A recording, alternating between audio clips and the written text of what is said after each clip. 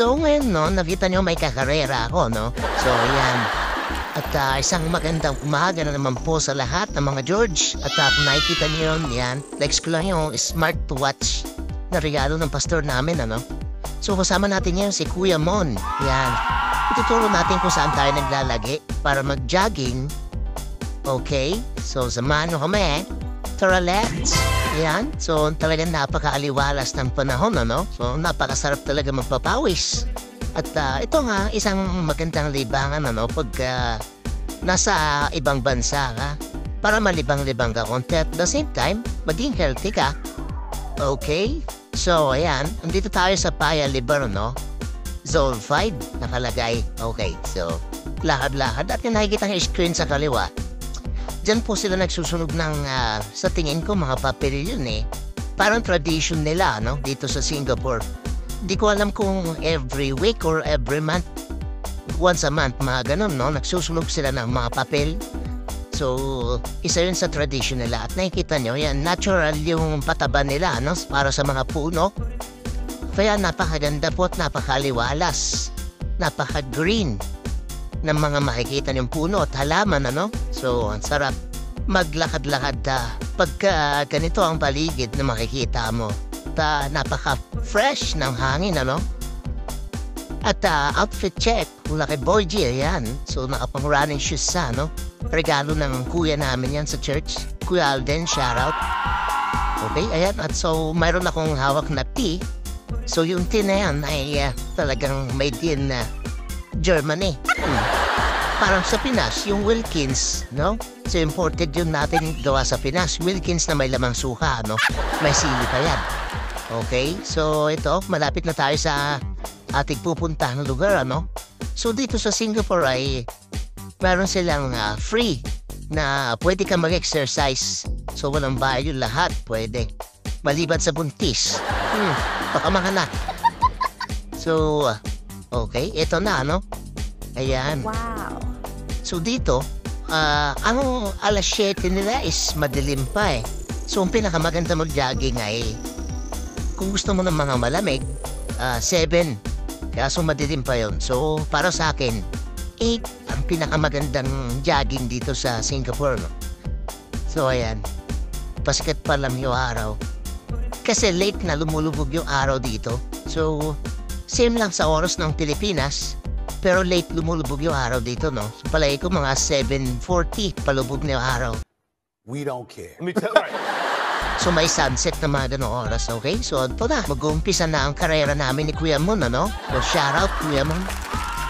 Ayan na, siniset ko na ang smartwatch. Okay, tinitignan kung sino ba talagang mas matibay sa amin ni Kuya Mon, kung kaya ba namin ikutin ito. Okay, so maganda, handa lang tayo, no? So, pagka tumakbo ka pala, hindi mo naman kailangan pilitin. Pero kung sanay kang ikutin yan, so malawak din siya, no?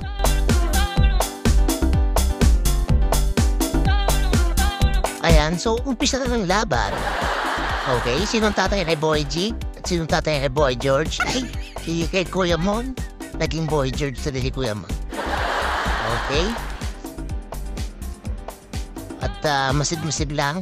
Picture-picture. Parang hingal na itong taga-video, no? Oh, anong nangyari kay Boy George?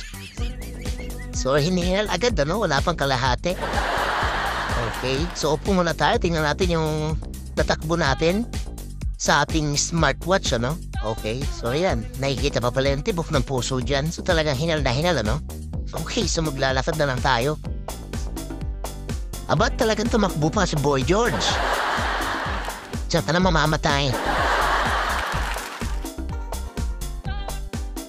Okay, at napagod din, ano? So wakas, kahit na yan, nakahili yung video niya, takbo ng takbo. So okay, so mag-edibut na lang tayo, no? Ayan, so samahan niyo muna ako. Tara muna libutin ng aming pinagjajagingan dito sa Singapore, no? So andito tayo sa Hougang. Tara, let's, mga George.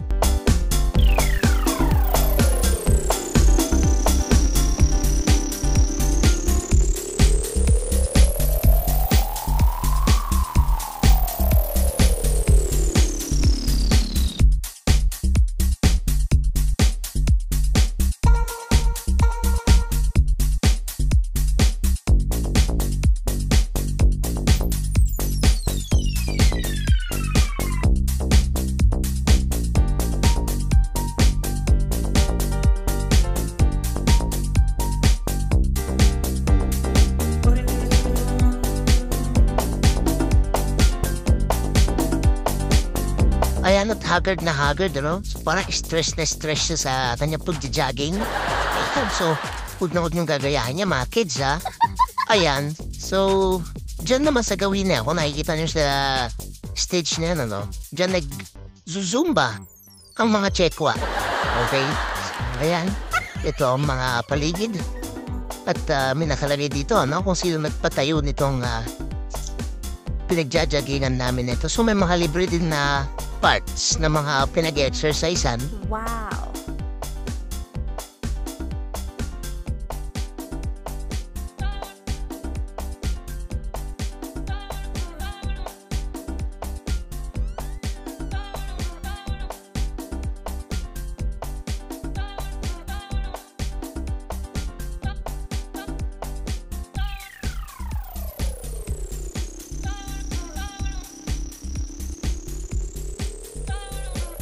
Ayan, kung makikita niyo yung prutas dito, ano, tinatapon na, tsaka inahayaan na sa isang bilid. Talagang nagsasawa na rin silang kumain, ano. So kung may minsan ganyan din, at talagang sagana rin naman sa prutas dito. May kamahalan nga lang pag bibilin mo, no? Pero pag libre, talagang masarap tsaka masustansya. Pag libre, okay? So ayan, nandito tayo sa spot kung saan may mga ganito equipment, ano? So ito pwede mo rin gamitin ng free. Wow. Okay? So ayan, susubukan natin. Okay, lagay mong pamo. Okay. Diyan ka na mapipinish. At tabing highway nga lang din siya, no? So, eto. Concert hall nakalagay. So, palagay ko may mga nagko-concert yan, ano? Hindi natin alam. Okay, so pwede na siguro manood for free. Ayan, marwam ko natin darod. Puro matan free. Okay. So, ito ang spot, ano? Yan. So, lahat ng parts dito sa Singapore ay may ganyan. May mga free. At pwede siya sa matanda. Ang totoo niyan is priority nila matatanda, ano? So, ayan. Tapos na ang aming pagja-jogging. At talagang masakit na mga tumeng. Surprise! So, ayan, ano? After namin mag-jogging ni Kuya Mon, ay papunta kami ngayon sa aming workplace. Yan. Sa Bedok Reservoir. At kasama ko ng asawa ko, ano? Dahil kanina hindi siya nakasama sa aming jogging. At dahil hindi siya nakakondisyon. Okay? So, dito tayo dadaan ngayon sa aming pangalawang dadahanan. Dahil marami kaming pwedeng sakyan na natuklasan, ano? Well, marami kaming pwedeng daanan. Shortcut papunta sa aming workplace. Okay? So, doon tayo dadaan ngayon dahil marami na rin kaming vlogs sa mga unang nadaanan naming way, ano? At ngayon naman ay dito tayo dadaan sa aming shortcut. At the same time, doon din yung natuklasan naming daanan papunta sa church. So dati kasi ay sumasakay kami sa 3 bus, ano? Para lang makapunta sa church. So nakatuklas kami ng ngayon, sumasakay nila kami sa isang bus papunta sa church, ano? So ganun kabuti ang Panginoon. So let's go, guys.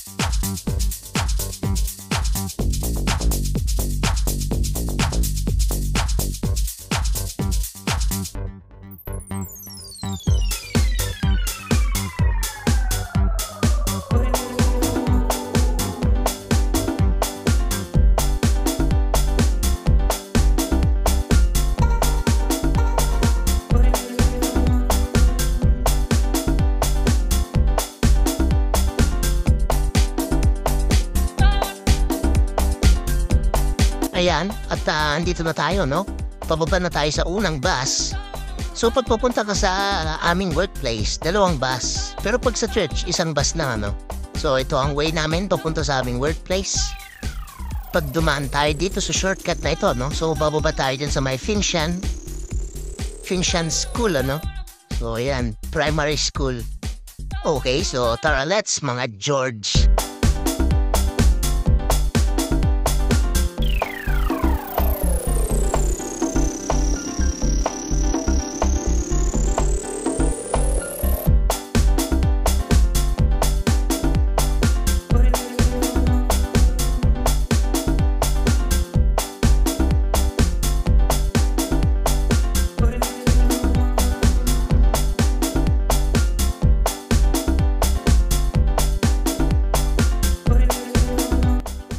At ayan, no, kung nakikita niyo tong building na to, ayan, nagandahan din si Kuya Mon, no?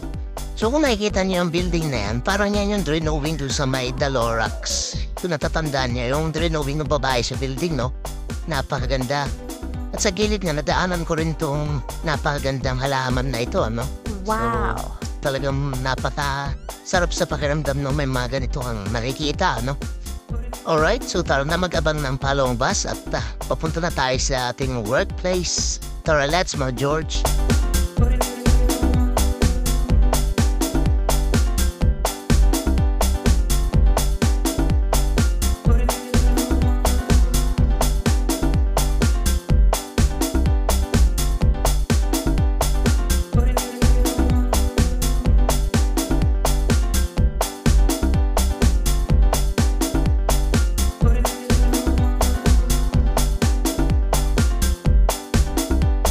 Okay, so dito na nga naman tayo, ano? Kaya naglalakad na tayo galing sa pangalawang bus. At ito nga ang paligid, no? Pagpapasok ka sa aming workplace. Si Kuya Mon ay aming bagong kasama, no? Sa resto bar na tinutugtugan namin. At kung nakikita niyo, napakaraming puno dito, no? So, ang sarap talaga sa, sa pakiramdam. Siyempre, malamig. And so, bawal mag-yosi dito, ano? At kung mahuli ka man nung nag-vape ka, no, matindi-tindi ang parusa dito dahil $10,000 ang babayaran mo pag nahuli ka mag-vape. So nakaban ang vape, ano?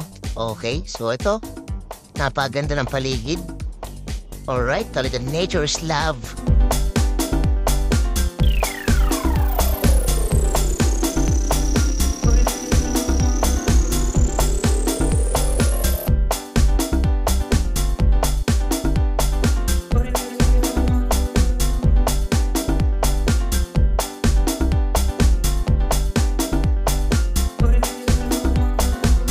Ayan, okay. So yan, ang color orange na, no? Yan yung resto bar na tinutugtugan namin. Isa sa kilalang kainan din dito, no? Sa Pedok Reservoir, dito sa lake.